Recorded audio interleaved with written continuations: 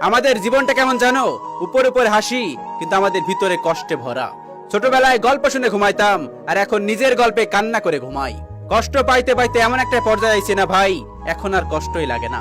এই অল্প বয়সে ভিতরটা পুরো ছাই হয়ে গেছে, কিন্তু বোঝার মতো কেউ নেই। আমি এমন একজন মানুষ ভাই, শখের বয়সে টেনশন আর ডিপ্রেশন নিয়ে বেঁচে আছি। কাউকে মাঝপথে ছেড়ে দিও না, আর তুমি তোমার মিথ্যা আবেগ দিয়ে কারোর মুখের হাসি কেড়ে নিও না। এটা অনেক খারাপ। সত্যি একটা মানুষ অনেক কষ্ট পায়। আত্মহত্যা যদি মহাপাপ না হইতো, তাহলে আজানের থেকে বেশি মৃত্যু সংবাদ শোনা যাইতো। জীবনের এই সফরে হাঁটতে হাঁটতে একটা জিনিস খুব ভালোভাবে শিখেছি, অর্থ ফুরালে স্বার্থপরেরা দূরে চলে যায়। আমার জীবন আমাকে দুইটা জিনিস শিখাইছে।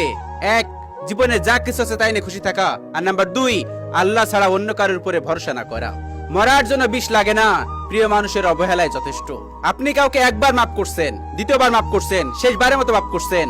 আমার মনে হয় আপনার মতো বোকাই পৃথিবীতে আর নেই। হযরত আলী রাদিয়াল্লাহু আনহু বলেন, সেই ব্যক্তির মতো বোকা আর কেউ নেই যে একই ব্যক্তির কাছে দ্বিতীয়বার প্রতারিত হয়। আল্লাহ মনে আমাকে অনেক বেশি ভালোবাসেন, না হলে এত সমস্যার মাঝেও আমাকে এখনো বেঁচে থাকার তৌফিক দান করেছেন। মা, তুমি ছাড়া সবাই স্বার্থপর। সমালোচনা শহরে বাস করি ভাই, দুর্নাম তো একটু থাকবেই। যেটা চলে গেছে ওইটা নিয়ে ভাইবো না, যেটা কপালে নেই সেটা নিয়ে আফসোস করো না। যা হবার তা হবেই, কালকের চিন্তা করে আজকের দিনটাকে নষ্ট করো না। প্রয়োজন ফুরালে সবাই দূরে চলে যায়। হ্যাঁ ভাই, এটাই সত্য, চিরসত্য। প্রথম প্রথম সবাই পাশে থাকতে চাই, পরিস্থিতি অনুযায়ী সবাই বদলে যায়। কষ্ট বলবো কার কাছে? আমি এমন ভাবে হাসি, আমার এই হাসি দেখে কেউ বুঝবে না যে আমি অনেক কষ্টে আছি। মাঝে মাঝে হাসির পিছনে অনেক কষ্ট লুকিয়ে থাকে। কিছু চাওয়া কখনোই পূরণ হয় না, এটাই জীবন। টাকাই হচ্ছে পুরুষের সফলতা। পুরুষ কখনো প্রিয়জন হয় না, মৃত্যুর আগ পর্যন্ত প্রয়োজন হয়ে থেকে যায়। কারোর প্রতি হইও না আসক্ত, কারণ এই শহরের ভালোবাসা অনেক বিষাক্ত। প্রতিটা মানুষই সুখী তার নিজ নিজ কল্পনার জগতে। মনের কষ্ট মনেই থাকে, দেখে আর কে? আমি আমার আপনজনদের থেকেই বারবার ঠকেছি। জীবন কেমন জানো? নাটকের চেয়েও নাটকীয়। জানি সফলতার পথ অনেক দূরে, ইনশাল্লাহ তবুও সফল হব। ডিয়ার পরিবার, সরি, তোমরা যেরকম আমাকে চেয়েছিলে আমি সেরকম হতে পারিনি। পথটা যখন একাই চলতে হবে, পেছনে কে কি বললো এটা শোনার সময় নেই। কি হয়ে গেলাম?